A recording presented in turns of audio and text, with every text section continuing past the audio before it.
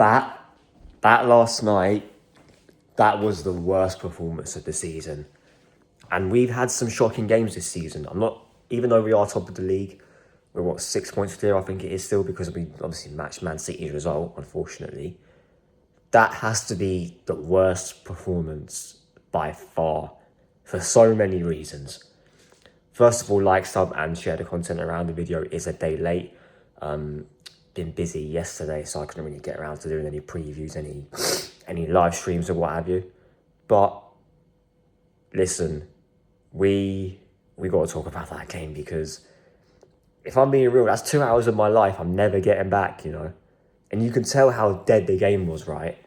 There was a total of 6 minutes of stoppage time between the two halves. Normally you get about 5 minutes here. There'd be a 7-minute one, a 6-minute one. Even the ref had enough of that game. He didn't want to play on any longer. And I want to say, first of all, I hope Conor Bradley's all right. That looks bad. That injury looked bad. And Martinelli, mate, you did yourself no favours at all. I heard Martinelli apologised over messaging to Conor Bradley, but yeah, that was not great for Martinelli. That was not a good look for him at all. But listen, I hope Conor Bradley's all right, honestly, because that looked bad. I had the commentary off, but that did look awful. And I heard that Gary Neville was cussing at Martinelli as well. Listen, rightfully so. Shouldn't have done that, honestly. And you could tell he was in pain as well. Like, that looks very, very bad. And there are people saying it's ATR. I've yet to confirm what it's actually going to be, but I hope it's nothing too serious. But the game. The game started weird because I think the weather. I don't want to be that guy, but the weather did probably play a little bit. It was fucking horrendous outside. That probably had a part to play in why neither team were, testing each other out. But I do put that down to the tactics as well. Arteta, this guy has like inferiority complex against the big teams. It has to be said, because yes, we've beaten. Or maybe it's just a thing with Premier League teams. Look, we've beaten teams when we had to win the game. Yes, away from home it's not been great, but I compared this game exactly to the Man City game, and if not worse, because Man City, we started the lineup with a negative manner. We started Marino, Zubi and Rice. Yes, we started Zubi, Rice and Odegaard, but Odegaard wasn't great. To be fair, no one was good in that first half, apart from Bukayo Saka. And even he disappeared in the second half. But I don't put that down to the players.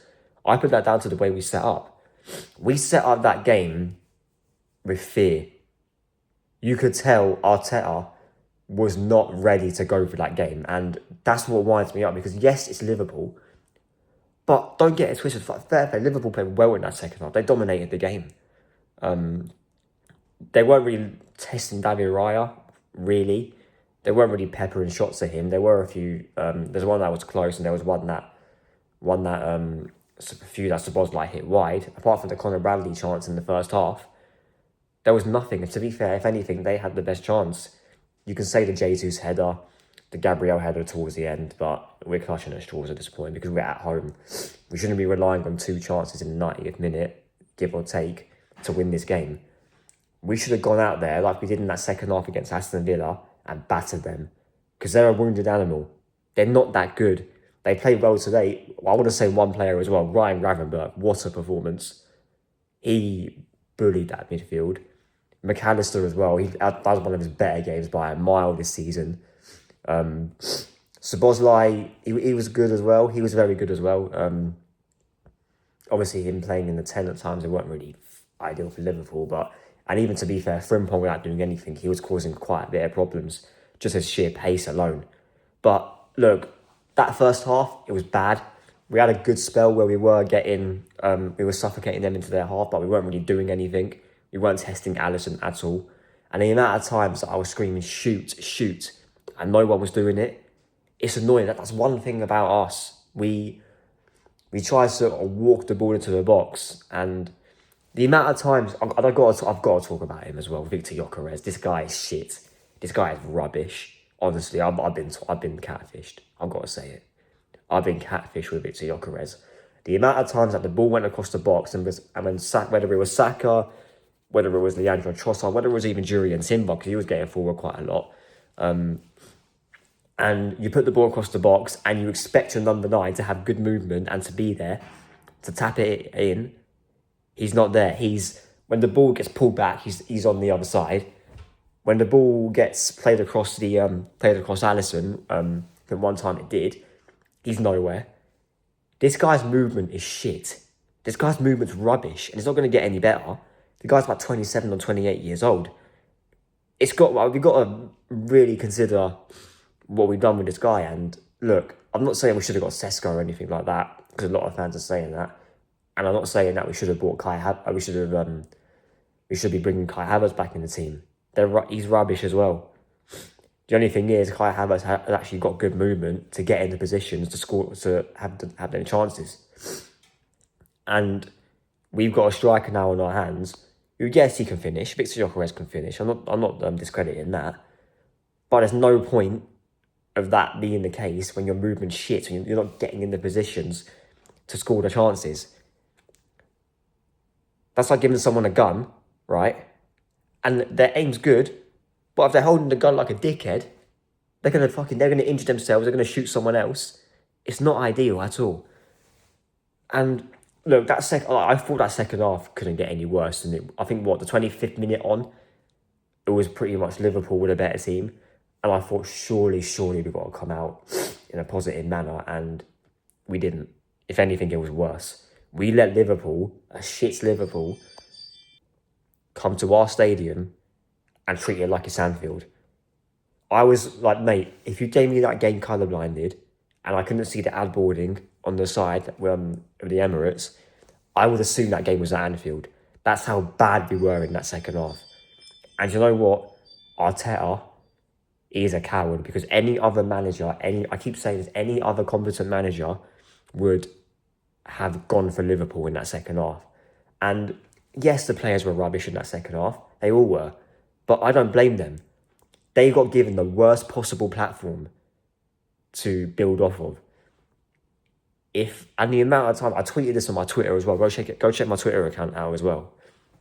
Why is it every time we win the ball back and we go sideways and backwards, instead of winning the ball back and playing forward? Because there were gaps. Liverpool were leaving gaps at times.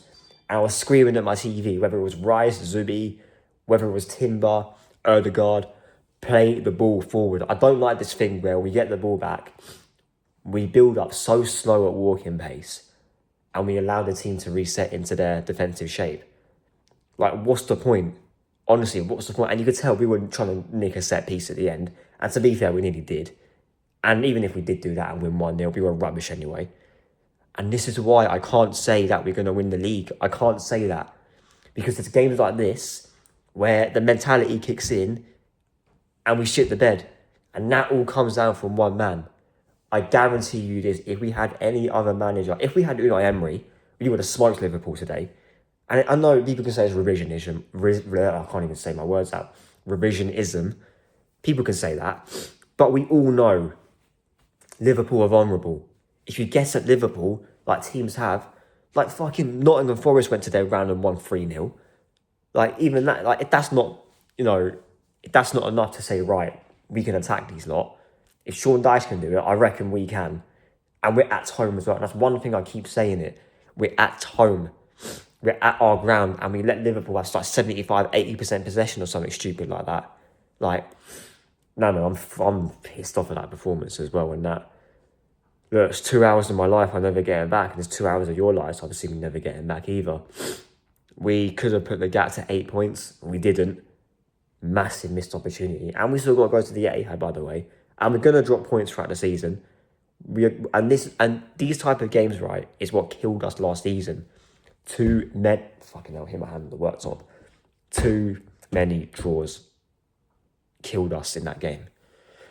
But yeah, I had to leave it a day to actually get my thoughts together, because throughout that game I was fuming. But listen, like, sub, share the content around. It's the history of Arteta in a bit.